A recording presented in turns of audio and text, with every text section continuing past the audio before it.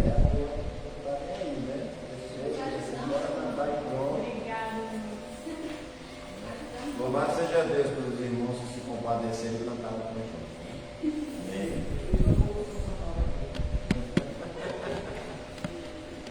Graças a paz a todos, um bom dia, meus amados irmãos. Bom dia. Estamos hoje aqui chegando à nossa lição 4. Ética bíblica para o trabalho e dinheiro, né? Aí fala de empréstimo, juros, usura, todo cuidado.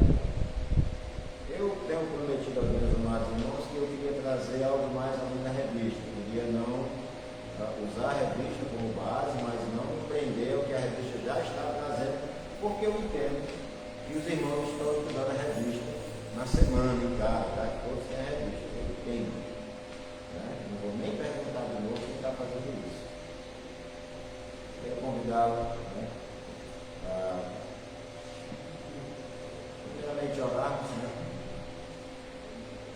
dando início à exposição dessa palavra. Senhor nosso Deus, nós queremos aqui, em nome de Jesus, louvar e exaltar o teu santo nome, e agradecer, Pai, pela tua fidelidade para conosco, pelo teu amor derramado em nossas vidas, pelo cuidado que o Senhor tem tido em cada momento que caminhamos, andamos assim. Pai Santo e Justo de Deus, inclina no nosso coração o louvor e a verdadeira adoração, o Espírito e a verdade. Nos presenteia, Senhor, com o coração convicto, quebrantado, esse coração que é agradável a Ti. Muito obrigado por essa igreja, pelas pessoas que aqui estão, aqueles que nos ouvirão pela essa igreja abençoada, responsável. Nós louvamos o teu santo nome e agradecemos porque até aqui o Senhor tem sido deveras muito bom para nós. Muito obrigado por tudo. Obrigado pela oportunidade de poder voltar a ser em nome de Jesus. Amém. Então, meus amados irmãos, aí eu pensando assim, vou levar um pouco mais dentro aqui.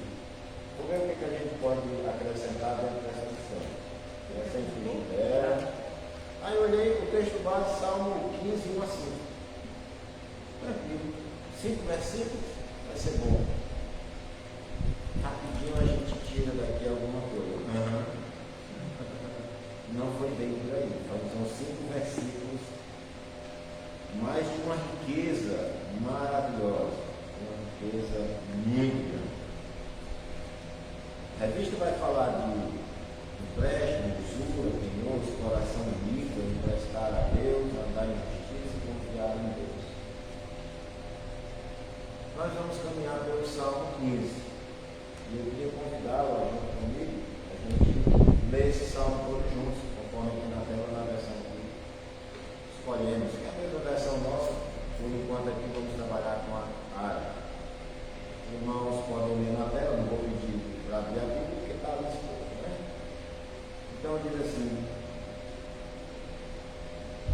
quem, Senhor, habitará no seu tabernáculo? Quem há de morar no teu santo monte? O que vive em integridade, pratica a justiça e de coração fala a verdade. O que não difama com sua língua, nem faz mal ao próximo, nem lança injúria contra o seu vizinho.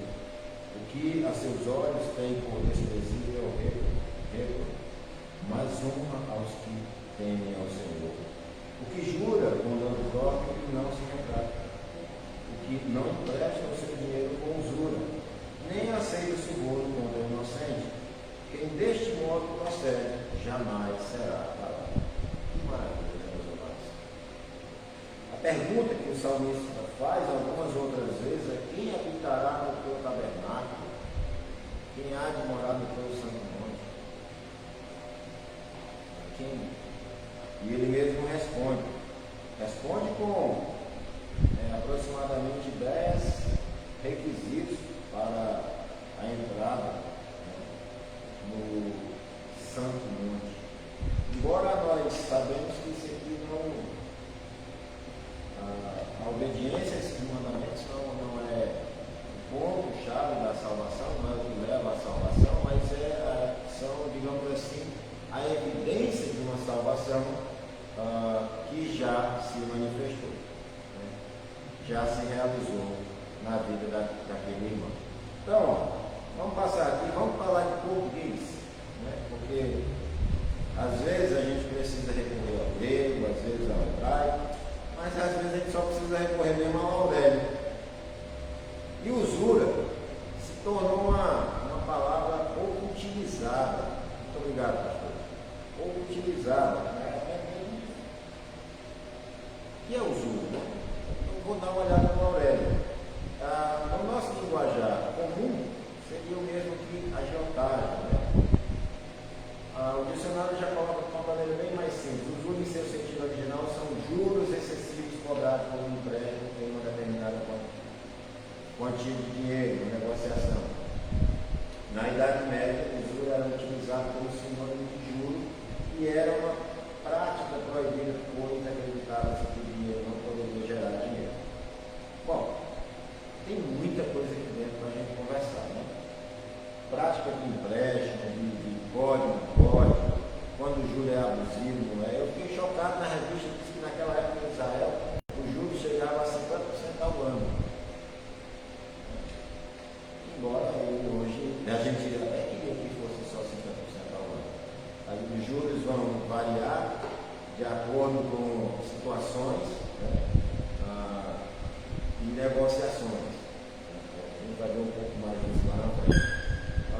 O certo é que hoje nós, como nação, temos uma carga de juros muito alta. Né? Os investidores mundiais, donos de bancos, o país é o melhor, o Brasil é o melhor lugar para se ter um banco, porque a taxa de juros ela chega, em alguns casos, em torno de 300% ao ano. E a Bíblia ela proíbe esse tipo de prática, de forma que essa prática ela acaba pegando uma pessoa que está numa situação já difícil, recorre a um recurso desse, e ele encontra nesse fornecedor do recurso alguém que vai piorar a situação dele. Nada mais lógico, né? Nós certamente conhecemos alguém que foi quebrado por um agiota, nós conhecemos empresários que não conseguiram, na ânsia, na tentativa de manter seus empreendimentos abertos, recorreram a agiotas, né? e tiveram, por que eu estou usando mais o termo agiota? Né? E tiveram, vou explicar, tiveram os seus impossibilitados de pagar as suas dívidas. Isso acontecia muito lá no Antigo Testamento, tanto que muitas vezes as pessoas se davam como escravos a fim de eliminar essa dívida, eliminar essa. A pessoa não tinha mais como pagar, mas agora eu tenho que te entregar a minha vida e te servir pelo que eu te devo. Deus era bom e continua sendo, será eternamente, e Deus colocaria ali a cada 7 anos, né, a libertação desse povo que estava ali oprimido por essa razão. Nós vamos ter várias, se a gente fosse abordar aqui passo a passo, tudo que a revista nos trouxe,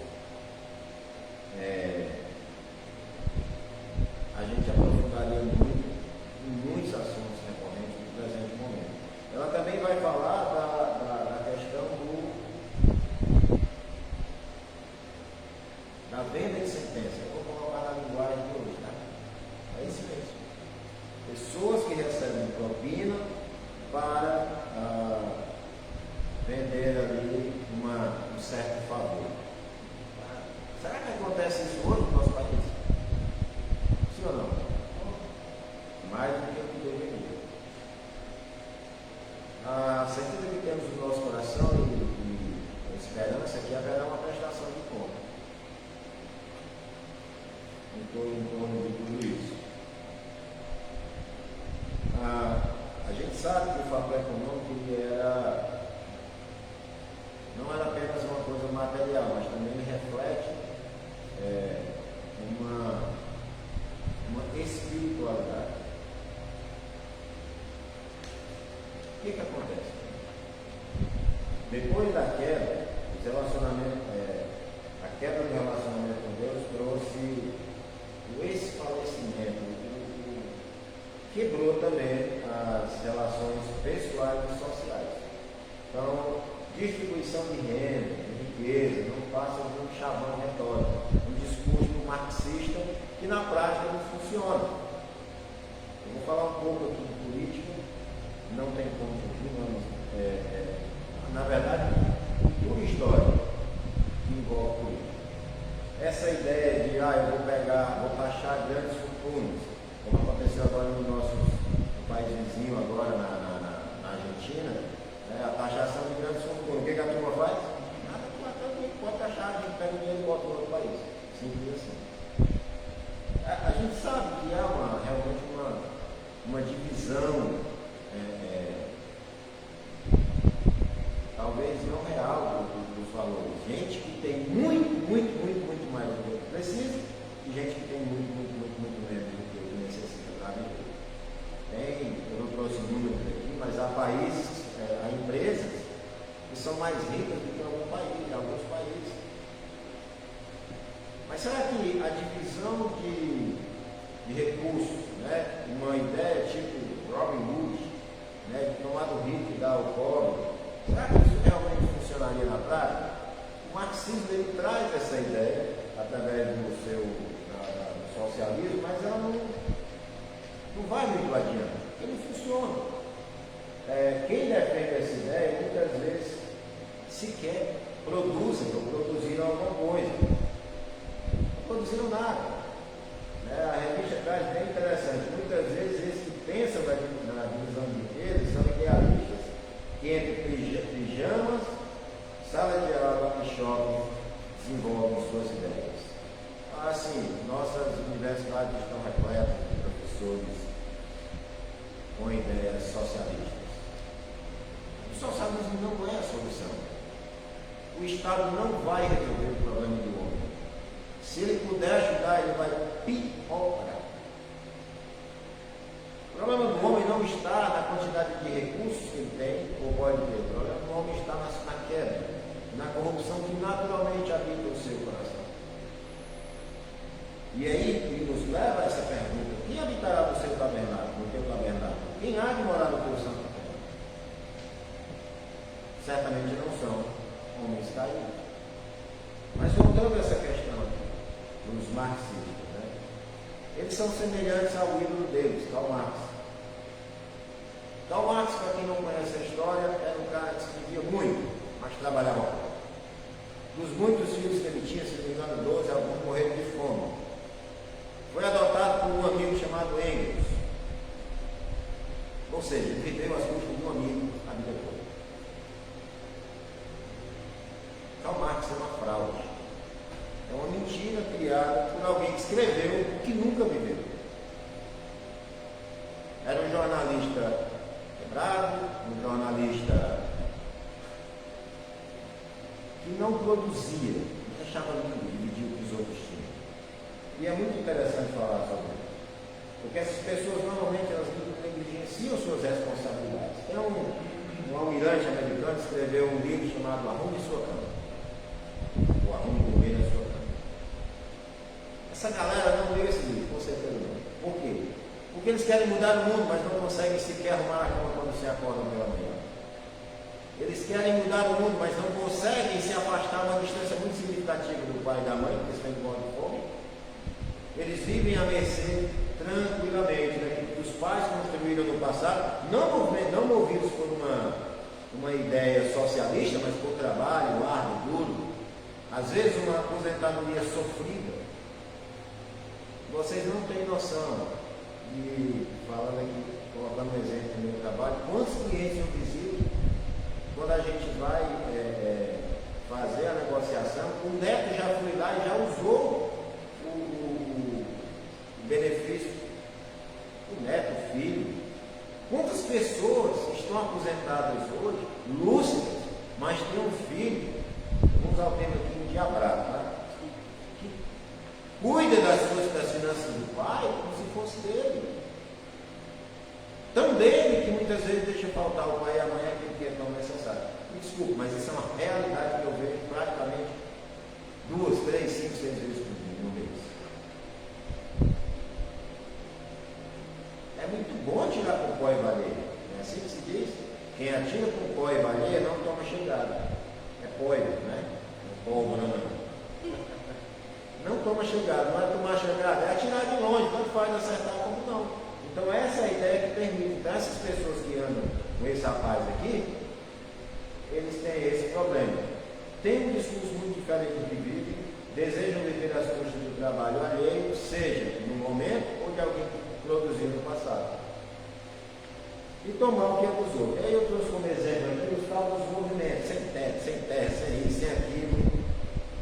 O que mais tem é gente que ganhou do governo, com a fazenda foi desapropriada, ela ganhou do governo um pedacinho de terra e vendeu para outro.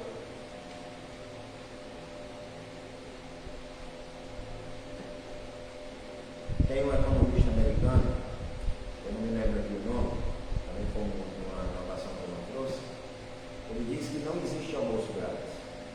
Olha, se eu estou dando para alguém que não está produzindo, de alguém que está produzindo, eu estou tirando, sim ou não? Mas por que você está falando tudo isso? Eu vou já chegar no nosso catecismo e você vai entender por quê.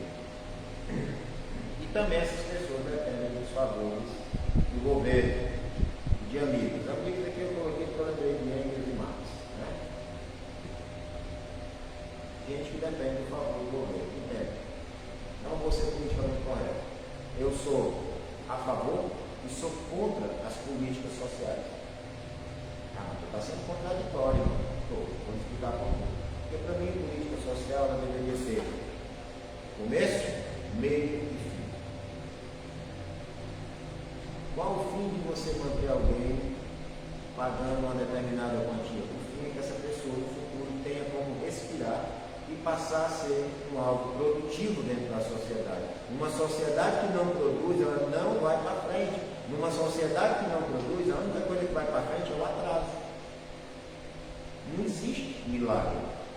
É pelo trabalho, é do suor do teu rosto que tu vai comer. Óbvio que a gente pode ajudar os mais necessitados, mas também deve incentivá-los a se tornarem produtivos.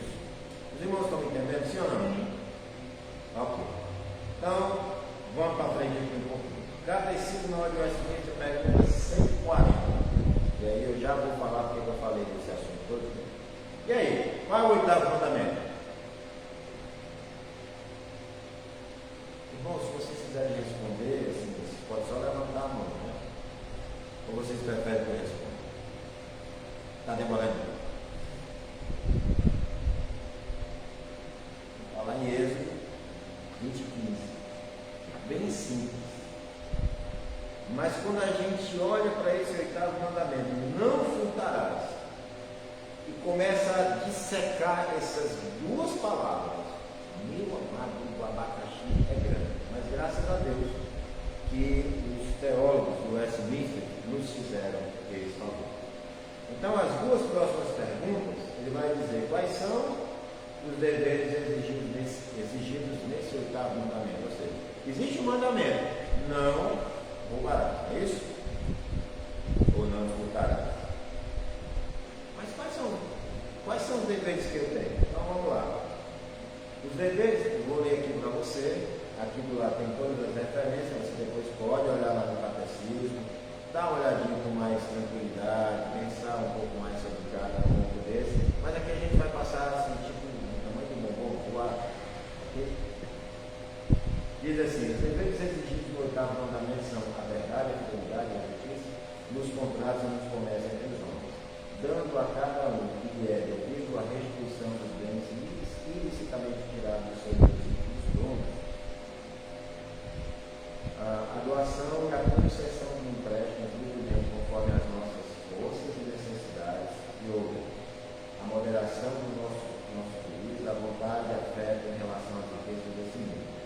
Cuidado, empenho, providência em adquirir, guardar, usar e distribuir aquelas coisas que são necessárias e convenientes para o sustento de nossa natureza e que condizem com a nossa condição, o meio lícito de vida e a diligência do mesmo, a frugalidade e o entendimento de demanda forense desnecessárias e fianças ou outros modos justos e livres para adquirir, perseverar, adiantar riqueza e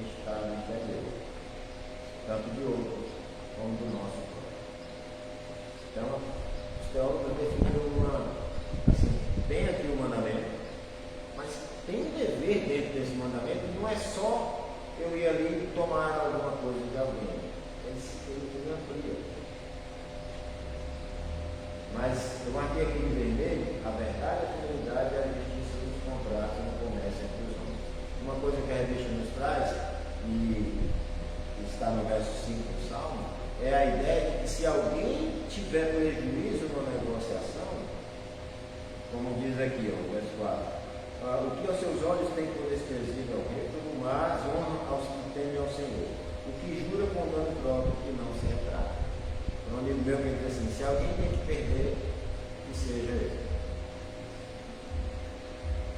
Às vezes, numa negociação, você, para manter a palavra, tem que.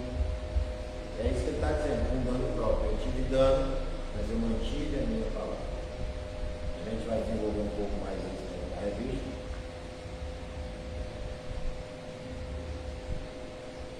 E aí, nós temos os deveres, mas também nós temos a pergunta 142, quais os pecados proibidos no oitavo mandamento? O oitavo mandamento ele traz deveres, ele também traz proibições, ok? Os pecados proibidos no oitavo mandamento são, além da negligência aos deveres exigidos, aqui na pergunta 141, ou seja, negligenciar os deveres que nós temos, são o furto, o roubo, o tráfico de seres humanos, a recepção. Interessante perceber que aqui na época nós não estávamos falando, por exemplo, de uma coisa que eu incluiria, o tráfico de drogas. Eu lhe digo que também é uma forma de roubo. Mas vamos lá. A recepção de qualquer coisa furtada, porque quem recebe também roubou, incentivou o roubo. As transações fraudulentas, os pesos de medidas falsas, a remoção de marcos de propriedade, a injustiça, a infidelidade, marcos de propriedade, qualquer semelhança com aqueles movimentos que eu citei anteriormente, a injustiça, a infidelidade no contrato de homens ou em questões de confiabilidade, a opressão, a extorsão e a usura. Suborno, as vexatórias demandas forenses, o cerco injusto de propriedades e a desapropriação, a acumulação de gênero para encarecer preço. Deixa eu parar aqui um pouquinho. Nos anos 80, eu ouvi falar, que eu estava lá, né? Nos anos 80, quando o leite, era assim, leite, gasolina, cigarro, tinha outros produtos, mas assim, os mais visados eram esses três. Eles eram subsidiados pelo governo. Eles só poderiam aumentar o preço quando o governo autorizava. Quem dominava o mercado na época era a Nestlé. A Nestlé não tinha concorrência. Gente, com todo respeito, não existe nada melhor que o livro no mercado. O gás de cozinha também. Né? Quem dominava era hoje a Nacional Gás, né? Que antigamente chamava cidade, então, ela dominava o mercado. Então ela ditava as regras. Eu tenho o preço que eu quero, não tem acabou. Porque mais não era o governo que subsidiava, sim, mas tem uma conversinha. Tem um lobby ali, né, pastor? A gente chama, né? Tem um lobby ali, tem outro. Mas o certo é que, só para usar aqui o exemplo do leite, quando o governo anunciava que ia aumentar, por exemplo, a gasolina, ele corria para os postos, não tinha mais gasolina nos postos, fechavam as portas e você não abacia, porque ia aumentar amanhã, agora não podia haver crescer. Quando o governo anunciava que ia haver aumento de cigarro, o cigarro sumia do mercado. Quando o governo anunciava que ia ter aumento de leite, o leite sumia do mercado. E voltava ainda assim mais caro. Essa é a história, né? Vendedores e representantes com um comerciante de um grande atacadista, querendo comprar ali uma quantidade exorbitante de leite, né, leite ninho, negociando, e o vendedor não tem, rapaz, eu quero, mande, pode seguir, eu quero, e o vendedor não tem o produto escondido, né? Aí teve uma hora que o comerciante disse assim: rapaz, você não tem prestígio não? Eu mande 2 carretas. O cara não mandou 2 carretas de leite ninho, mandou 2 carretas de prestígio, né? De chocolate. É só uma história ordem antiga, eu não sei se é verdade, mas faz todo sentido. Agora, por que isso? Porque tinha ali, entre um e outro, já os efeitos dessa corrupção. E é o que a gente está falando aqui, ó. Acumulação de gêneros para encarecer o preço.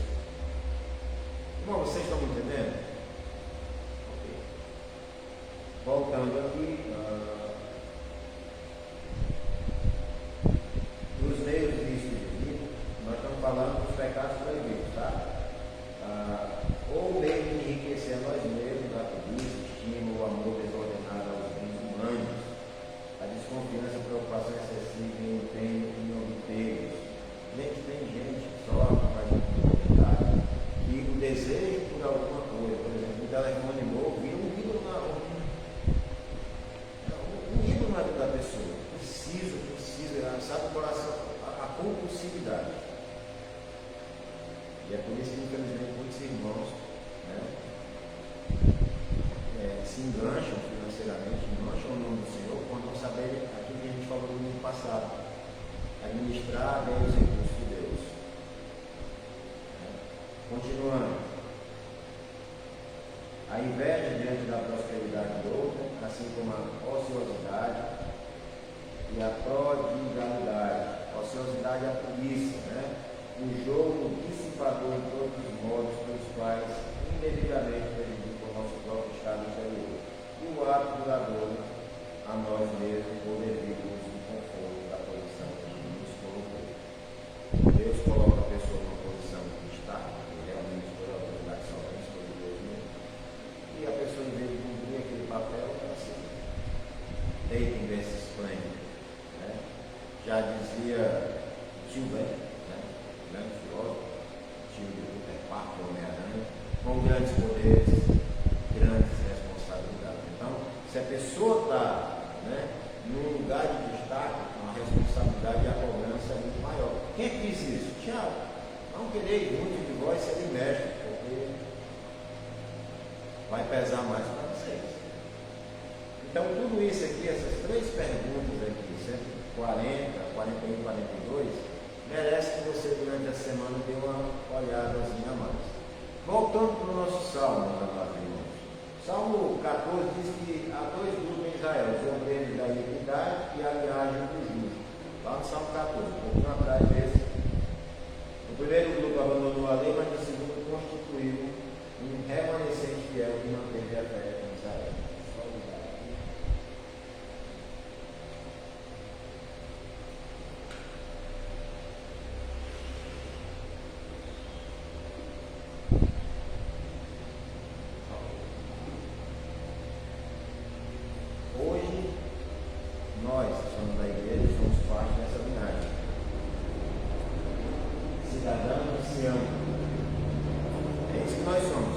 Estamos aqui, mas já estamos com o passaporte carimbado pelo Espírito Santo, batizados no Espírito Santo da promessa, selados para entrar no reino de Deus. Nós somos cidadãos do reino de Deus. Eu vi uma amiga ali, glória a Deus. Por que eu estou falando isso? Tem gente que acha que não, porque a gente não tem determinadas características e talvez nós não, mas nós somos cidadãos sim do reino de Deus. Ok, meus amados irmãos? Nós somos os justos, a linhagem dos justos. E eles fazem a diferença neste mundo. Isso é muito importante. Lá em Filipenses, no capítulo 2, 12 a 16, Leidiane, você que está aí me olhando, você pode ler esse texto para nós, rapidinho? Filipenses.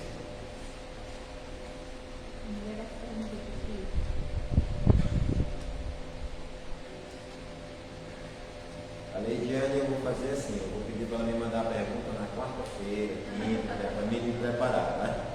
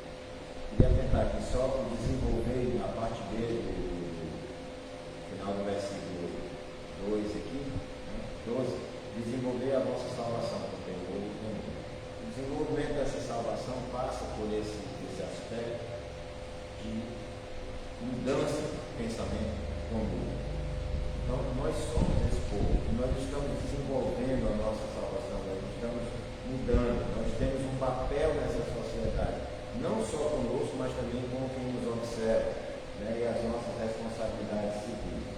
Voltando lá no Salmo 10 e 12,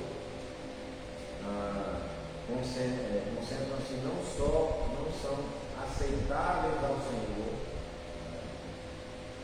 os que não são aceitáveis ao Senhor, enquanto o Salmo 15 escreve que são aceitáveis, estão convidados a habitar no seu tabernáculo. Se a gente voltar um pouco aqui no Salmo 10 e 12, não quero aqui me atentar aqui, senão a gente vai perder tempo, né? Na transmissão a gente acaba se propondo um pouco mais.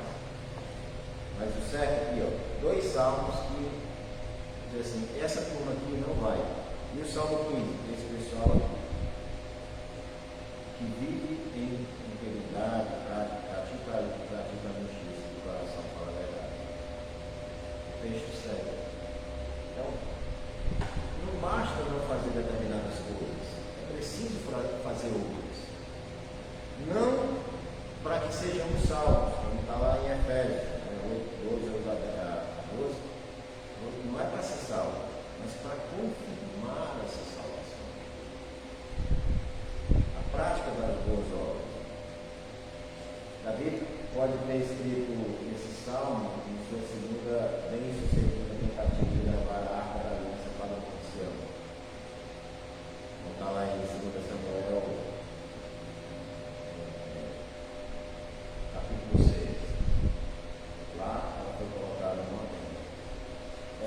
Nesse trajeto, na primeira tentativa, que você tem a morte de um guerreiro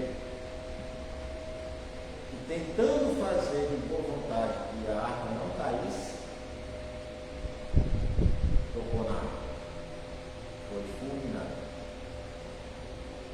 Eu imagino a turma politicamente correta hoje, numa situação dessa, indo contender com Deus, mas ele estava cheio de boas intenções. Ele queria evitar que a arca caísse no chão. Olha, eu vou usar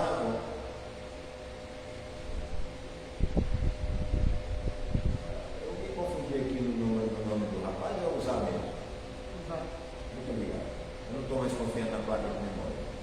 O que ele não sabia é que o chão de terra era muito mais limpo do que as mãos dele.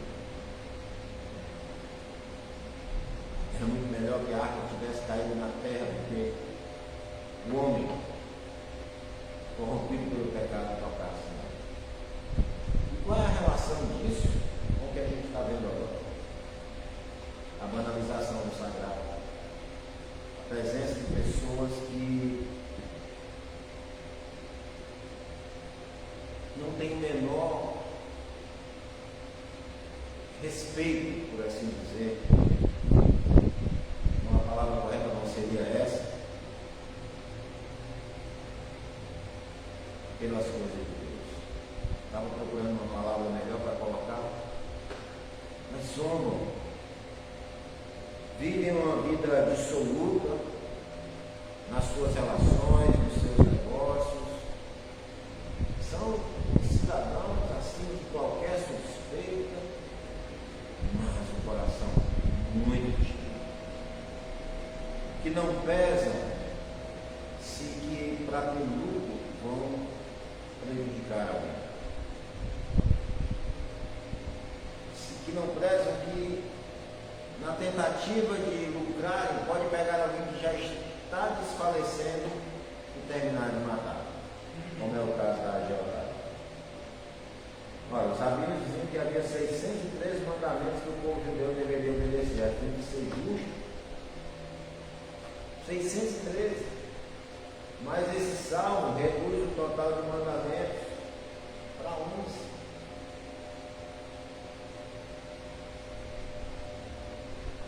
É bem mais simples. É bem mais simples do que você criar uma infinitude de regras. obrigar as pessoas a usar determinados tipos de roupa. É muito mais simples. Mas com o coração endurecido, não tão fácil. Simples, mas não é fácil.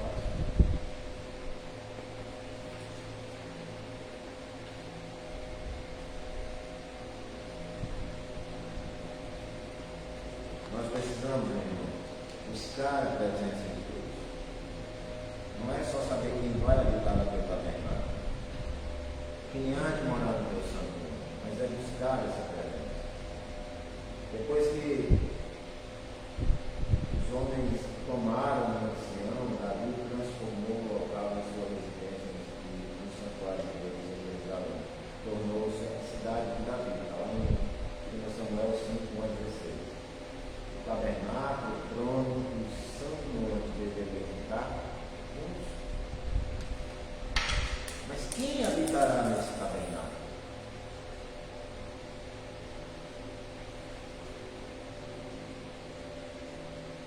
Será que nós vemos verdadeiramente essa geração buscando a presença de Deus de uma forma bíblica? Será que a palavra santidade, separação, ela tem sido levada a sério nos últimos séculos?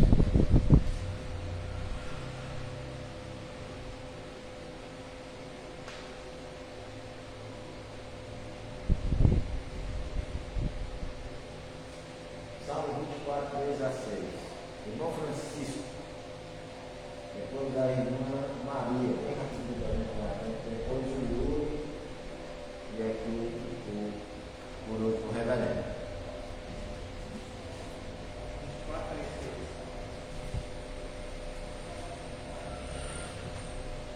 Salmo 24, versículo 3-6. Quem subirá ao monte do Senhor? Quem há de permanecer no seu santo lugar? Que é limpo de mãos e puro de coração, que não entrega a sua alma à falsidade, nem jura dolorosamente. Este obterá definitivamente e a justiça de Deus da sua salvação. Tal é a geração dos que o buscam a face do Deus de Jacó. Salmo 6. Eu, porém, subi no meio do teu santo monte Sião. Salmo 3:4. Ao Senhor clamo em alta voz, e do seu santo monte ele responde. Salmo 43, versículo 3. Diz assim: Envia a luz, a tua luz e a tua verdade para que me guiem, me levem ao teu santo monte e aos teus tabernáculos. Essa luz já veio, não, pastor? Verdade. Já está nos guiando. Todos esses textos nos aproximam do texto do verso 1.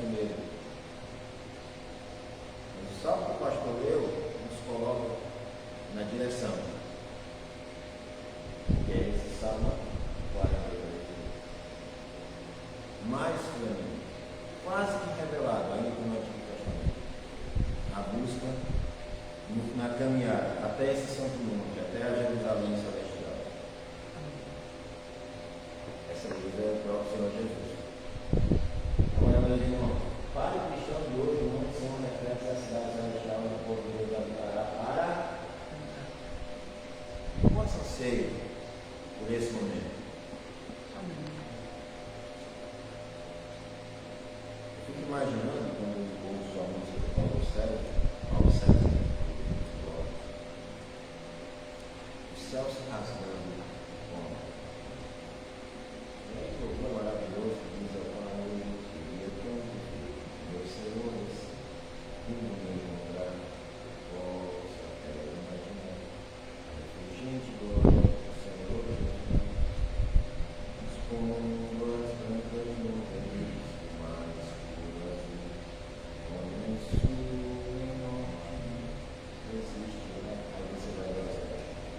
aquele dia será um dia de terror. Obviamente, as dores podem ir, mas os soldados do Senhor Jesus estarão com ele. Então, meu irmão, buscar a presença de Deus é um dos pontos que eu queria chamar. Davi amava a casa do Senhor, desejava de todo o coração conhecer melhor a Deus e ter uma comunhão profunda com Ele. Essa é a pergunta que eu e você precisamos fazer: será que nós estamos desejando de todo o coração ter esse tempo com Deus, esse tempo de qualidade? Ou será que entre uma oração e outra nós não estamos respondendo às mensagens importantes do WhatsApp, quem sabe até do Facebook e outras redes sociais? Ou será que nós não estamos sendo tentados enquanto oramos, ou louvamos, ou cantamos, ou estamos indo no culto, ouvindo a mensagem, e o nosso coração está vagueando pelos compromissos da segunda-feira, boletos, aquelas coisas todas, isso, mais aquilo, compromissos de trabalho? Nosso coração, a semelhança do que Isaías denuncia, está longe, os nossos lábios louvando, cantando, mas o nosso coração pensando na sua vida. Onde está o teu tesouro? Ali está o teu coração. Onde está o teu tesouro? Pode até ser muito contrário também. O seu coração está onde está o teu tesouro. Davi tinha esse desejo. Talvez a gente possa dizer assim: poxa, mas Davi não se preocupava com essas coisas materiais, porque ele era rico. Não se iluda não, filho. Não se iluda, porque tem muita gente rica que se preocupa mais ainda do que quem não tem. E também tem, eu costumo dizer o seguinte, voltando até um pouco da lição anterior: dinheiro ele pode ser um ídolo na sua abundância ou até mesmo quando falta. De todo jeito, se ele for um ídolo, ele vai ser em todos os aspectos.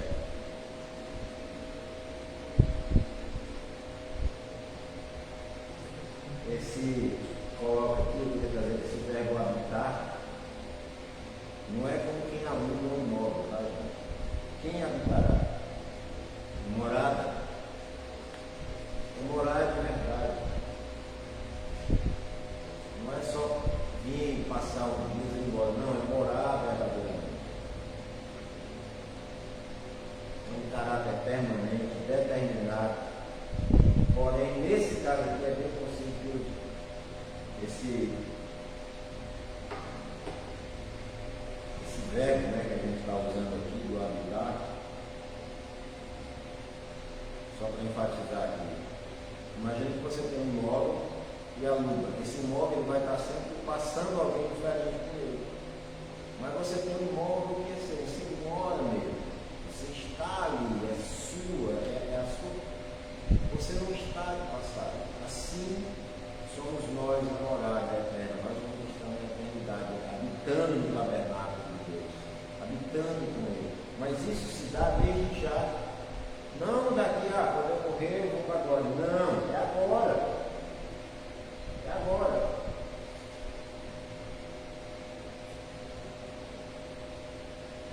Esse termo aqui, morar no hebraico, shakan, né, a origem da palavra shekinah, que refere à presença, à habitação da glória de Deus no santuário, como está lá em Êxodo 25, 8, 29, 46, 1 Crônica 22, 19, também no Salmo 22, 78, 69, e assim vai.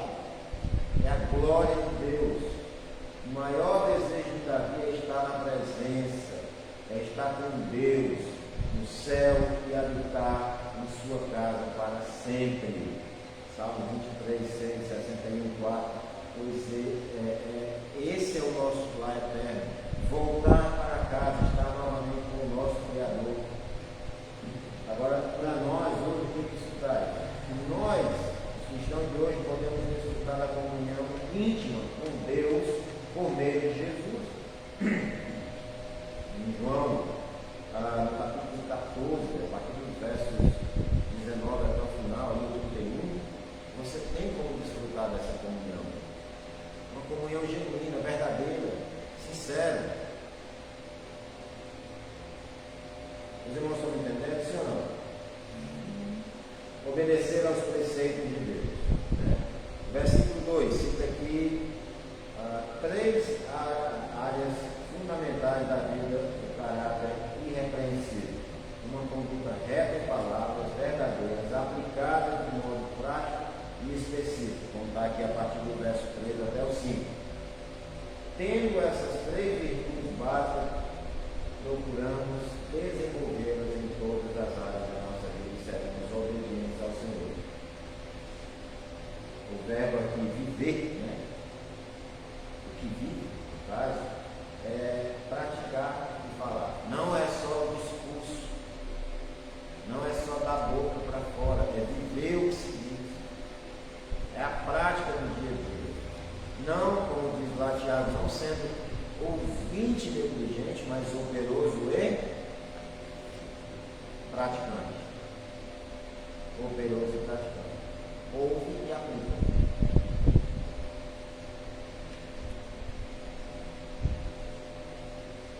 Obedecer os preceitos de Deus e se tornar o quê? Integridade, irrepreensível, né? Vou estar aqui no verso 2 até o 4. Não é só um minuto. Aquilo que somos determina em grande parte aquilo que fazemos e dizemos, de modo que a primeira ênfase sobre o caráter piedoso, a ênfase é sobre o caráter piedoso. O que somos determina em grande parte aquilo que fazemos e dizemos, falamos. É o que está no interior. Primeiro, a boca só fala do que está cheio o outro. O coração aqui você vai entender como as faculdades, não apenas a bomba de sangue, mas as faculdades mentais do nosso intelecto.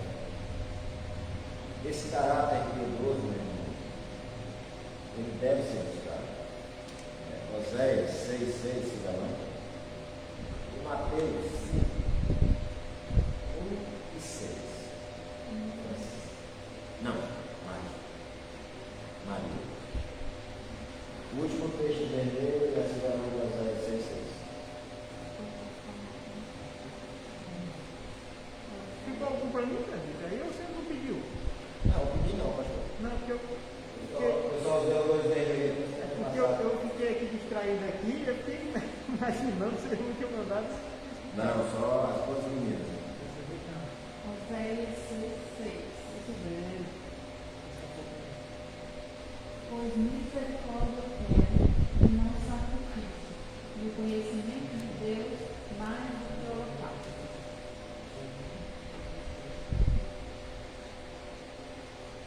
Maria. Mateus 5:1. Vendo Jesus a multidões, subiu ao monte e, quando se assentasse, aproximaram-se os seus discípulos. Irmã, não confundi. Mateus A 6, tá? Eu tenho 1 e 6. Estava relendo aqui. E ele passou a ensinar-lhes, dizendo: Bem-aventurados os humildes de espírito, porque deles é o reino dos céus. Bem-aventurados que choram, porque serão consolados. Bem-aventurados os mansos, porque herdarão a terra. Bem-aventurados que têm fome e sede de justiça, porque serão fartos. E o 7. Bem-aventurado. Bem-aventurados os misericordiosos, porque alcançarão a terra. O 7 não estava na lista não, mas nós chegamos a completar. Meus amados, tudo isso aqui mostra caráter. São textos que apresentam o caráter de cada um de nós. Né? E também a questão da adoração. Misericórdia quer e não sacrifício, e o conhecimento de Deus mais do que o local. Uma vez que conhecemos a Deus, nós mudamos o nosso caráter. Nós começamos a expressar o caráter. E começar a buscar ser irrepreensível. Irrepreensível não significa ser impecável. Né? Pois não há pessoa alguma na terra que não tem pecado. O caráter irrepreensível diz respeito a ser as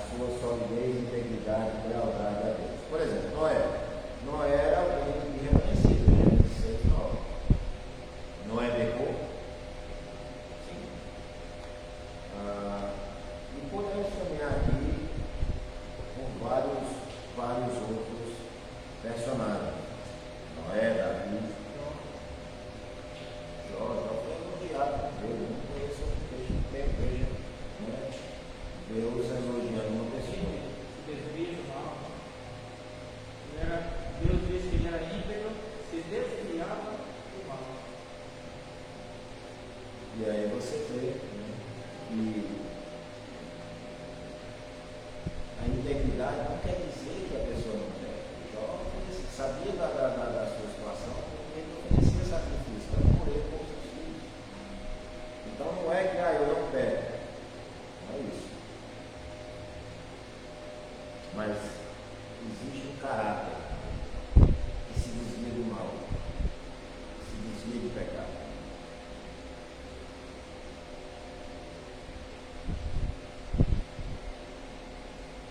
Nós precisamos mudar esse conceito atual de evangelicalismo, onde o pecado não é mais tratado, o pecado não é negligenciado. Não adianta mudar o nome do pecado e deixar a pessoa deixar na fama, não é ladrão, é cleptomania, é ladrão. Se ele roubou, ele é ladrão. E ele precisa de arrependimento, mais do que sacrifício.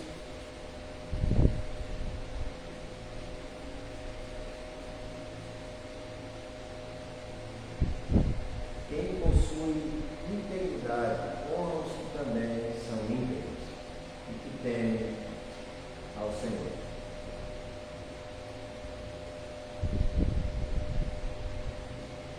Nós vemos uma sociedade que aplaude a iniquidade.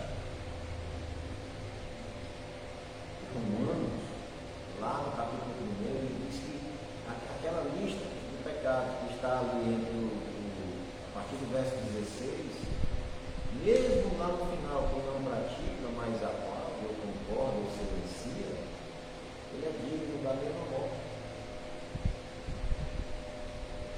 Outro ponto aqui, meus irmãos, é honestidade e sinceridade. Uma conduta justa. Aqui, ó, versos 2, 2b, 5a e 5b. De coração fala a verdade, no verso 2. E no verso 5, o que não empresta seu dinheiro com usura, não aceita suborno contra o inocente. Quem deste modo procede jamais será abalado. Então, integridade e honestidade.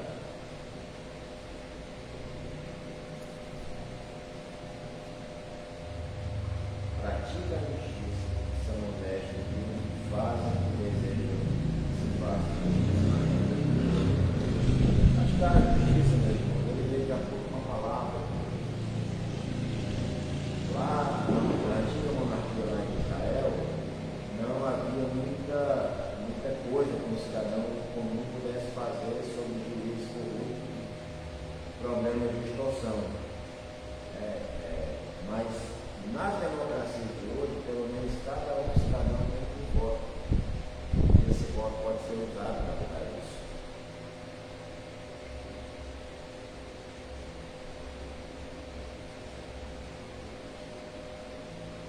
Aqui nesse verso 5, Davi aplicou o princípio da honestidade em duas áreas: cobrança de juros, tá?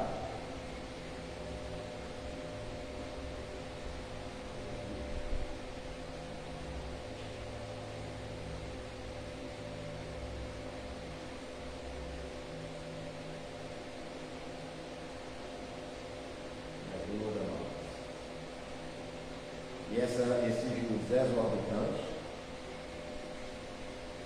que é muito comum, está falando que não empresta com usura. Meus irmãos, existia lei, vocês viram essa revista, para empréstimo para os irmãos, e existia lei para os empréstimos do estrangeiro. Olha como é interessante. Se eu vou no banco pegar um dinheiro para investir em um negócio, eu tenho uma taxa de juros. Olha como é contraditório isso. Mas se eu vou no banco para pegar um empréstimo para digamos assim, para uso pessoal, talvez, não importa. Essa taxa ela muda e aumenta muito.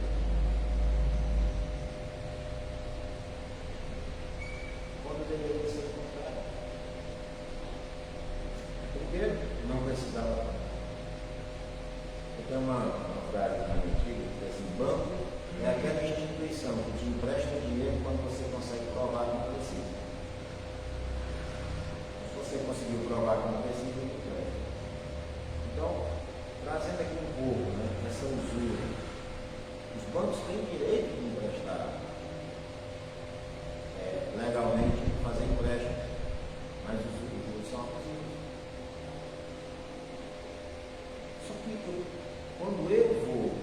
buscar um capital no banco, eu preciso ter um entendimento muito claro. Eu não estou pedindo um favor, eu estou fazendo uma negociação. O dinheiro que ele vai me emprestar, por exemplo, se for para uma empresa, ele volta para ela. Ele volta para o banco corrigido. É uma negociação. Se eu sentir que não dá para mim, dá licença, tchau imensa. Mas imagina alguém que está com fome. E vai no banco, normalmente é assim, ele vai no banco e não consegue o dinheiro. Aí recorre a um agiota, que é 3 vezes o juros. Muitos agiotas, eles vão pegar esses juros e colocar outros juros em cima, a fim de que a dívida se torne impagável. O sonho de alguém que empresta o dinheiro nessa modalidade, que é a agiotagem, é bem simples, que você não consiga pagar. Ele não quer que você pague, ele está alugando o dinheiro dele para você. Ele está alugando. Ele quer que você permaneça ali como escravo dele. E a Bíblia fala que quem deve ao outro é escravo do credor. Deus me livre, Deus está amarrado, mas Deus me livre. Nós estamos lá ainda. Então, a Bíblia ela dá essa direção.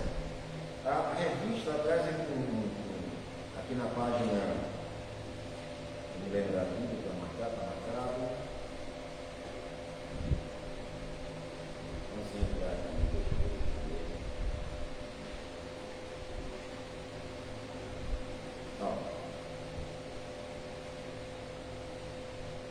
Os empréstimos que desenvolvem um negócio são diferentes de empréstimos feitos a um homem e família. E que lucrar no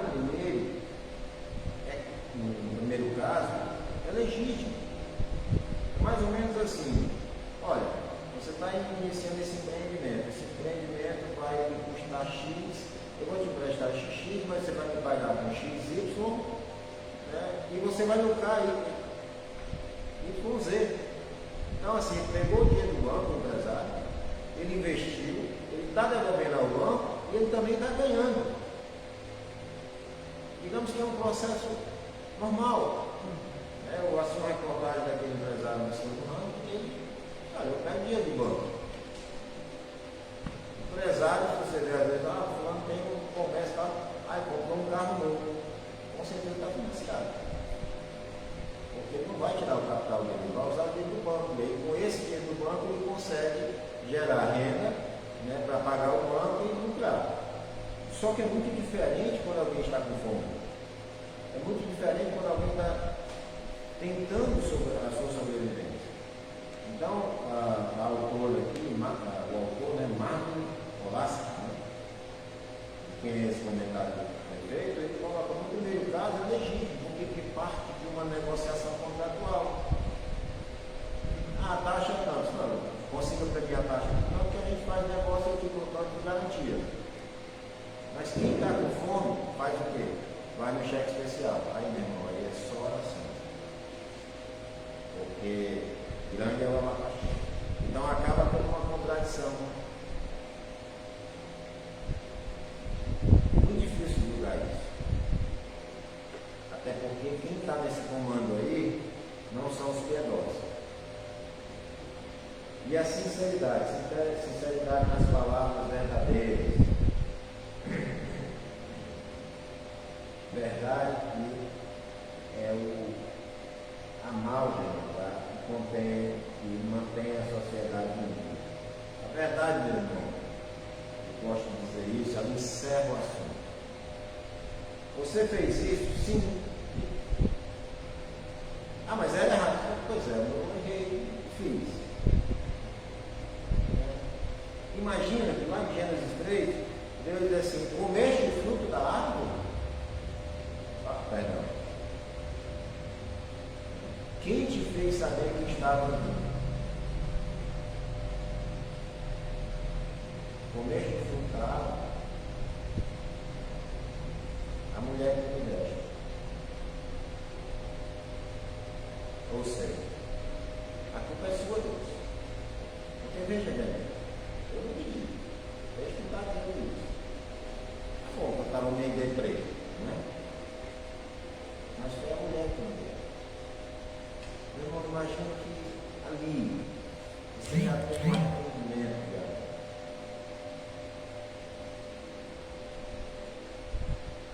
Não, agora eu estou passando por reino de Deus. Nós seria a culpa para ele.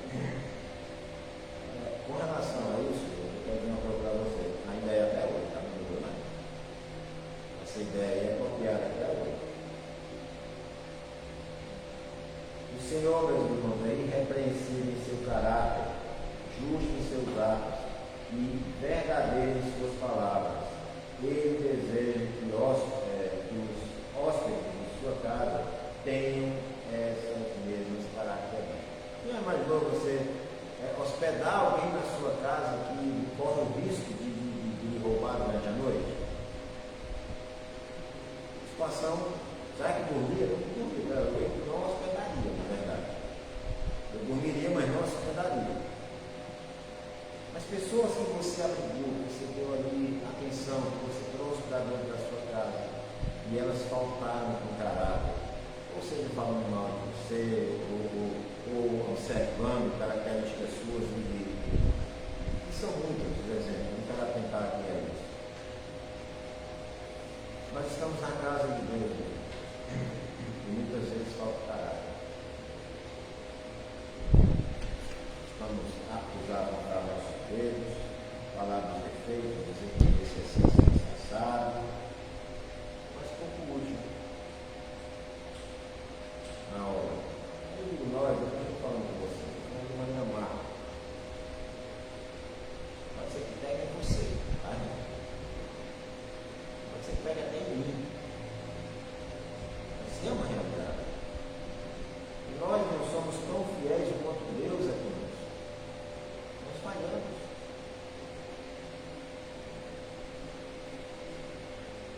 Deus espera de nós que nós tenhamos essas características.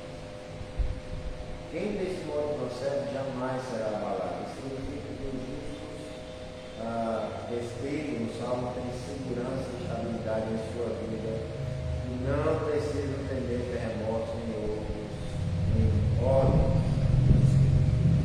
Amém? Deus não vai despejar. Mas você precisa. Às vezes não só se arrepender, mas também chorar. Deus está disposto a derramar a sua misericórdia, fazer com que nós perseveremos, fiquemos sustentados. Mas nós precisamos mostrar o caráter de Deus àqueles que estão olhando. Não porque eles estão olhando, é porque somos filhos de família de Deus. Esse caráter tem que ser natural, irmão. Realmente ele diz assim, faça uma lista, né? Bote ali em Gálatas 5, os frutos do Espírito e as obras da carne. Aí você vai marcando. Aí faz isso mais muito lá do fruto ou lá das obras. Depois você olha, você vai ficar deprê, tá? Vai ficar deprê.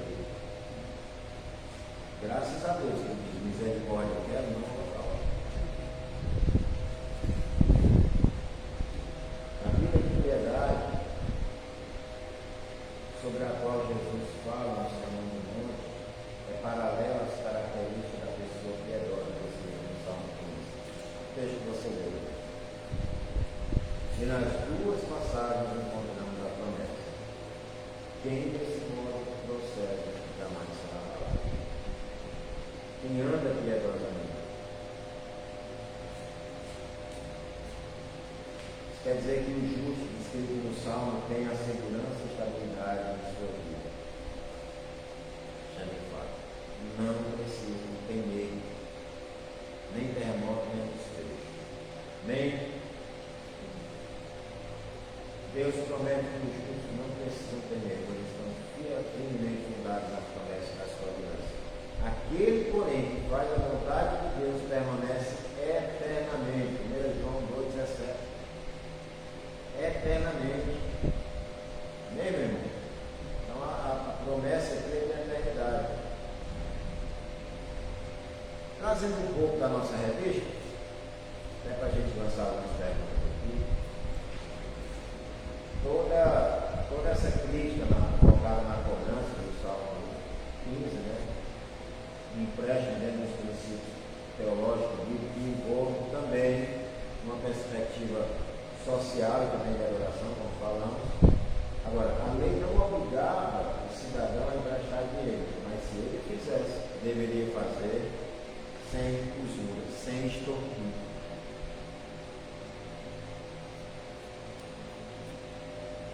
Não era obrigatório você poder emprestar o seu dinheiro, mas se o fizesse, não fizesse envolvido pelo lucro.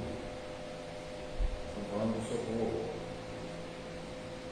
Se emprestares dinheiro ao meu povo, ao povo que está contigo, não te haverás com ele como credor em coisa.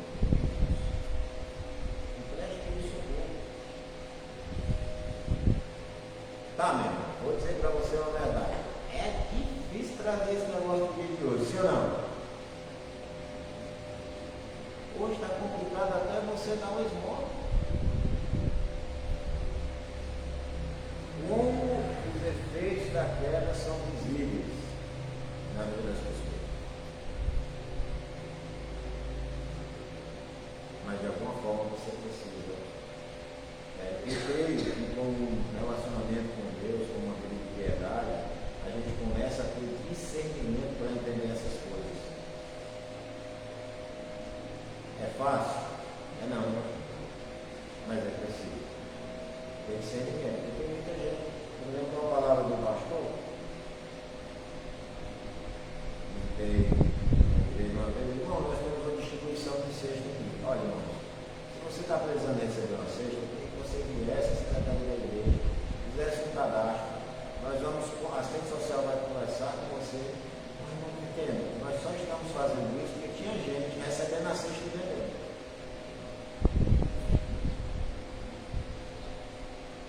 É difícil, mas acontece. Agora, há pouco tempo, eu tive conhecimento de uma igreja que fez algumas doações, juntou algumas cestas para dar para alguns irmãos, e aí uma das pessoas que recebeu a cesta olhou para uma das que estavam entregando: olha, esse sabonete aqui eu não quero, porque nós não usamos lá em casa desse sabonete. Irmão, na mão, mas o cavalo estava no seu olho urgente. Vocês entendem como é difícil? Tudo isso é feito de uma queda, da desobediência. Mas é muito realmente, eu acho muito difícil trazer esse verso de 22, 25 e imaginar. Você vai poder levar para a hora. Deixa eu dar uma dica para vocês aqui, que não está no texto. Por exemplo, empréstimo. Eu aprendi desde cedo que você não pode emprestar cartão de crédito e cheque. Mas por quê? Você só empresta o que é seu. Não empresta dos outros. Posso estar entendendo? Pode levantar a mão. Se você tem dinheiro, empresta, tem o dinheiro seu. Se você perder, você perdeu. Mas quando você empresta o que é dos outros, aí o abacaxi é bom. A Bíblia vai falar disso lá em Provérbios. Uma vez eu vi o irmão dizendo assim: rapaz, eu peço que me peço antes. Não fique confiador do teu irmão.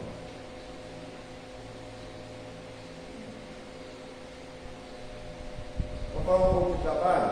Eu perdi meu tempo aqui. São 11 e 10 para em cima. Eu está inventado, né? Eu podia ter todo, né? Fica à vontade. Foi. São 11 e 10. Vou até tirar do curso. Fica à vontade. Eu já posso basear por aquilo que da outra vez eu estava parado. Então, o trabalho segundo as Escrituras. Gente, o reformador João Calvino, ele considera, o Salmo 15, ele nos apresenta também uma visão bíblica para o trabalho, também falando do estudo, mas agora do trabalho, aplicado ao contexto dele. Olha que interessante. Ele entende que a inatividade e a indolência são amaldiçoadas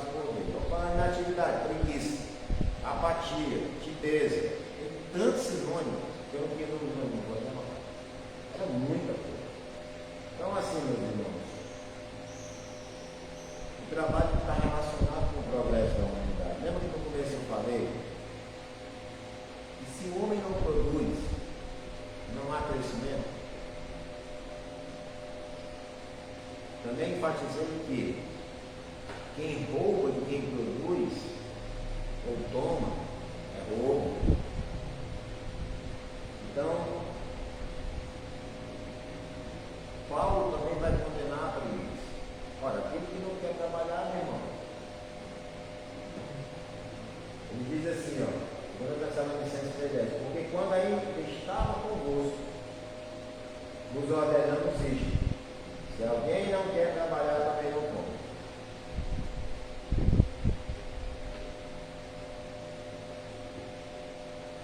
Estava sendo lá uma vez com a reverenda Ernest Maia, e dizendo que alguns, né, têm uma tendência, né, de aproveitar o seu tempo para tirar pequenos cochilos de tarde toda, né? Por exemplo,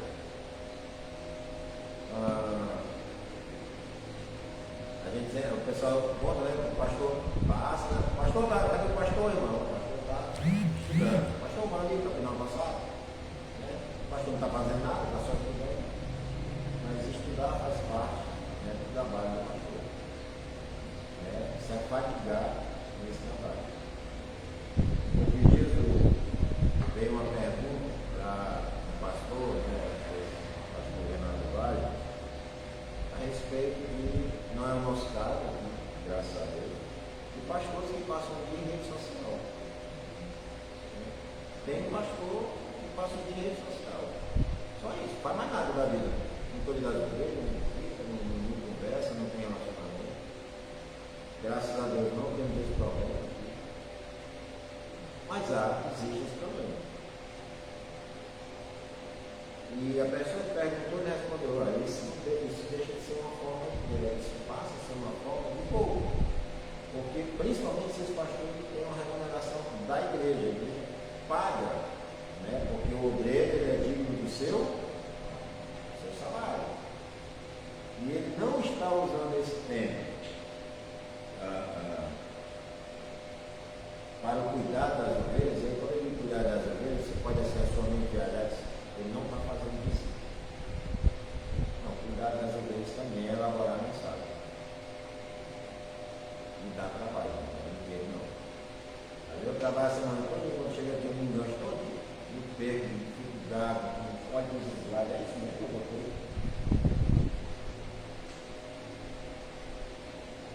Então, isso eu estou falando de caso. E de vários outros casos. Eles são exigentes. Quem foi Paulo nesse contexto aqui? Alguém que se sustentava, ele não foi pesado às igrejas. Ele se sustentava, fabricava tenda, foi sócio do presidiário. Ele manteve o seu sustento. E enquanto isso, pregava o evangelho.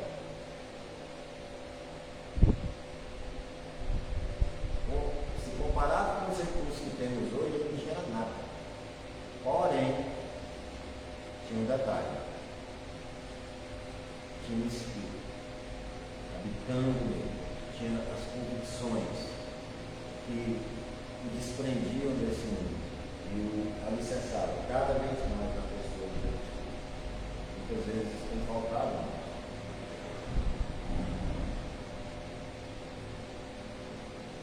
Foi John Russo que disse que hoje nós temos taças de ouro. No passado, os irmãos tinham uma ceia em taças de madeira, né? E hoje mais eram cheios de ouro, né? Cheios de preciosidade, que servia a palavra. Hoje nós temos taças de ouro e os pregadores, né? Naquela época, já dizia isso, 100 anos antes de Lutero, estão cheios de madeira.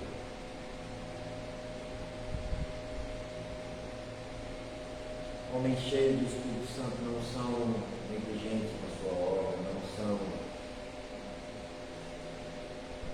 fracos, não são covardes. Olha, eu brinco, eu digo assim, já até falei isso até com a Leidiane, se você achar um nome que fale grosso, eu falei com uma pessoa, às vezes você achar um nome que fale grosso, pague as contas, agarra no que ele. Eu não estava falando com crente, tá? Agora para outro, não estava falando com crente. Porque homem virou um produto difícil de achar. Eu vou dizer de luxo. E aí você acrescenta isso, o temor ao Senhor. Você vai ter que jejuar bastante. A mesma coisa para os rapazes. O que tem de gente preguiçosa nessa geração, não dá para tomar no dedo.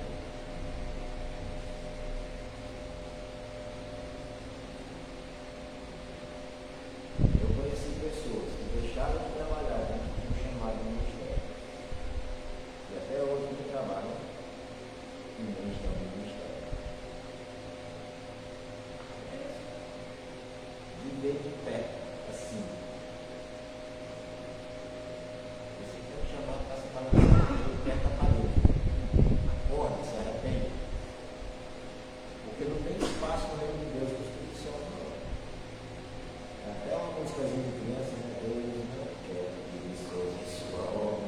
Para quê, né? Deus só chama os ocupados. Também ganhar dinheiro dissipando o patrimônio dos outros é uma forma de roubo, tá? Como isso? Aquele exemplo que a gente falou lá de um neto ou um filho que se apodera do patrimônio, mesmo que dos pais, que é para ser o contrário, né? Porque o ideal é que acaba pega o beco para fazer a vida dele, né? Tem adolescente de quase 50 anos dentro de casa, vivendo as custas dos pais. Alguém muitos anos atrás, ele disse assim, ele mora com a mãe dele, nós namoramos há 10 anos, ele já tem quantos anos? Tem uns 40. Eu fosse tu, isso não era nem 30, tá? Eu, no meu lugar, 40 anos, morando com os pais, minha filha, você vai ganhar empregada dele quando os pais morrer, pode ter certeza. Pois não é que eu vou ouvir, eu passou o outro. Lá dos nossos amigos do Tiango. Então, só para a gente finalizar aqui, tá? Juros de auxílio não devem ser cobrados. Juros de negociação é uma prática lícita. Okay? Exemplo, né? Bancos, empresas, como a gente já falou, bancos do consumidor. A pessoa precisa saber também aonde socorrer. Agora é a vez de vocês. Um de cada vez. Não é nenhuma pergunta, é uma colocação também, né? Aí também vai muito da sabedoria, da mordomia do cristão, porque assim, se eu pegar um empréstimo a juros para pagar contas de cartão de crédito onde eu gastei desordenadamente, roupas, mulheres então roupas, sapatos, bolsa, calça, só para me mostrar, aí eu vou estar acabando um buraco, né, nos próprios mãos, e a gente tem que também ter uma sabedoria para a educação financeira, mordomia, porque eu vou estar pagando juros de uma coisa que eu ainda não aprendi, então senão eu vou ficar sempre Uma bola de neve. uma bola de neve. Eu acredito que isso é uma colocação que a gente deve pensar em nos organizarmos, sermos bons mordomos, né? Do nosso tempo, do nosso dinheiro, de tudo. E se nós falamos nesse princípio de mordomia, o que a gente viu um pouco na semana passada, né? Nós entendemos o seguinte: imagina uma pessoa que está numa situação de talvez até quase passando fome. Existe todo um contexto, mas como ela chegou até ali? Quais foram as prioridades dela? Será que se eu socorrer financeiramente, vamos falar aqui como presbítero, né, como igreja, e não orientá-la para que ela pode estar ali por conta de um pecado. Ela pode ter entrado nessa situação de endividamento, vamos falar assim, por conta de um pecado. Isso não quer dizer que eu não possa socorrê-la, mas só socorrer naquele momento e não orientar para que não haja uma reincidência, seria pessoas que elas podem ter perdido a sua fonte de renda. Nesse ponto aí é muito importante a tesouraria muito bem administrada, porque aí os líderes tomam conhecimento, por exemplo, de alguém que vinha regularmente dizimando ali, e de repente houve uma ruptura. Então essa ruptura, ela se dá por alguma razão. Por que parou? Já tem 2 meses, então aí a gente vai fazer. Não é uma cobrança, mas fazer um acompanhamento, o que está acontecendo, o que houve, se perdeu sua fonte de renda, aconteceu alguma coisa. O relatório dizimal ele nos dá essa possibilidade de auxiliar melhor os irmãos. Mas se falhar no princípio da monomia, meu irmão, grande é o abacaxi. É aquilo bem simples, para a gente retomar a última lição. Não é 10% que é de Deus, é tudo. 10% você coloca para manutenção da obra. O restante, dos 90%, você vai ter que usar a glória de Deus. Tem uma frase também que roda muito nas redes sociais, eu conheço essa frase do livro, há 25, 30 anos atrás, sobre status, né? Status é comprar o que você não pode, com dinheiro que não tem, para impressionar as pessoas que você não gosta, ou que não gostam de você. E tanta gente que quer viver de aparência. Esse dia eu estava mostrando para você mais uma foto que chegou para mim no timeline, né? Do Instagram, né? Aí do lado tinha uma pessoa, tinha um Mark Zuckerberg, né? Ali é igual o Steve Jobs, né? A mesma roupa, só que o Steve Jobs era preto e azul, né? Talvez para uma referência ao Facebook. E do outro lado uma pessoa bem paramentada, né? Com a aparência de gente muito rica, né? Aí tinha assim um bilionário de verdade, né? E alguns funcionários da prefeitura da minha cidade. Tem certos ambientes que você vai de Maria mais com as outras. Tem uma empresa, eu posso citar o nome, né? E era assim, quando a gente observava, as pessoas ganhavam pouco, mas a gente olhava assim, não, só pode ser dono. Não posso dizer, não vou dizer. Sabe? Por quê? Pela forma. Gente, quais são as prioridades do bem?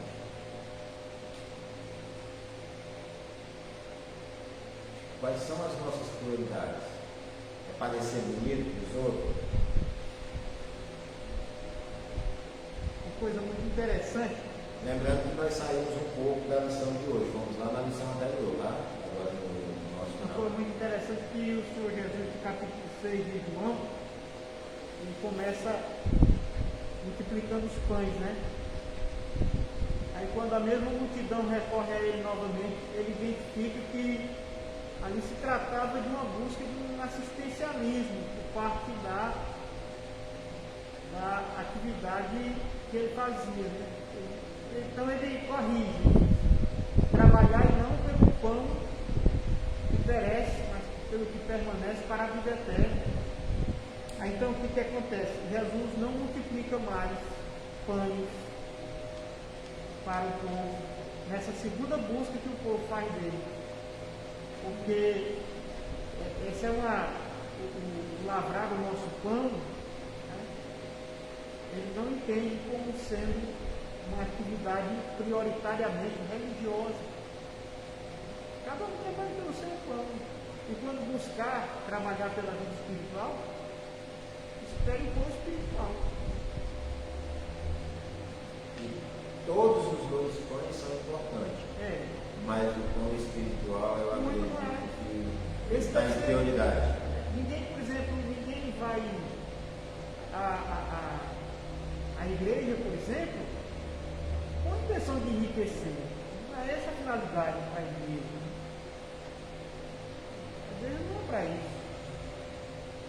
E tem muitas igrejas, complementando aqui o pastor está dizendo, que conseguem se encontrar dentro do Evangelho, sempre ou vai, umas negligenciam a assistência e a outra só vão para lá. Então, você tem que encontrar o equilíbrio dessas duas coisas. Jesus, no primeiro momento, multiplicou o pão, mas no segundo momento, em que ele foi tomado com aquele que ia alimentar e ia sustentar de pão, ele já se recusa, não é isso. O trabalho aqui é pelo pão que permanece para a vida. Exatamente. Meus irmãos, alguma pergunta mais? Não, né? Então, assim, só eu vou passar aqui pela conclusão rapidamente da própria revista, até porque tem algumas pessoas na internet. A conclusão é que Deus condena estar bem sedimentado e às vezes até mesmo legalizado em nossa sociedade. Isso é muito perigoso. E nós já até consideramos tais práticas em nossos planejamentos e expectativas. Certo, meu irmão? Que você, como cristão, voltando ainda a esse princípio moderno, deve trabalhar de uma maneira que os seus recursos sejam suficientes para a sua vida.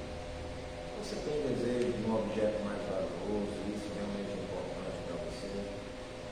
Tem utilidade. Eu não compro por emoção. Para mim, a minha compra lá é matemática.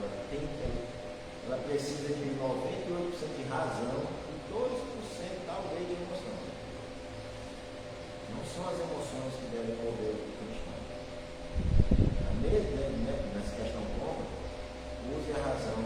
Eu preciso, vai ser útil, eu vou usar. Eu acho legal quando chega da gente os e-mails do site da China. A gente pode, cara, alguém precisa disso aqui? Tem umas coisas que não faz sentido, mas não é o caso aqui. Estou precisando agora? Não estou precisando agora. Esperar o tempo certo. Ou se planejar para ter aquilo. Mas eu estou parcelando 10 vezes no cartão. Pois é, né? A vista dá uma sensação melhor. Og Mandino, um escritor americano, escreveu vários livros, entre eles um livro muito grande, A Universidade do Sucesso, muito famoso entre os investidores. Ele diz o seguinte: que se você compra alguma coisa fiada, é porque você não merece aquilo. Cara, isso é um choque no meio.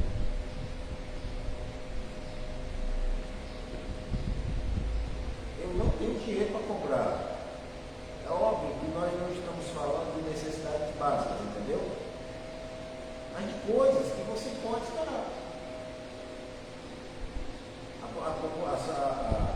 As pessoas hoje depositam suas esperanças e tranquilidades em coisas. E isso, meu irmão, é idolatria.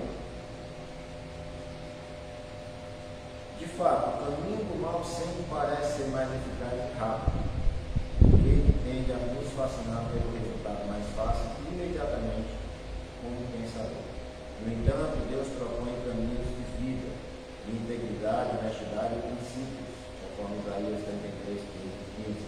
O sucesso não pode ser considerado apenas à luz do tempo, do breve ou longo. Do tempo, vou repetir, tá? O sucesso não pode ser considerado apenas à luz do tempo, breve ou longo, antes, a partir da eternidade. O que vale o mundo ganhar o mundo e perder a sua alma? A instituição preventiva de Deus contra tais tentações e ao mesmo tempo como expressão de amadurecimento de fé nos é transmitida por Jesus. Buscai, pois, em primeiro lugar o reino de Deus e a sua justiça, e todas essas coisas serão acrescentadas. Mateus 6, 31 a 33. Quais são todas essas coisas? Ele falou lá. Alimentação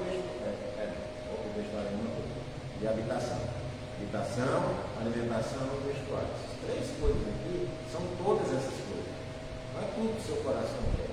Não é tudo que você deseja. Não é tudo que todo mundo está comprando. Mas todo mundo tem. Usando a minha mãe como exemplo, você não é todo mundo. Aplicando. Deus nos fornece princípios que permanecem e que serão considerados parcialmente aqui, contudo, se tornarão plenamente evidentes na eternidade.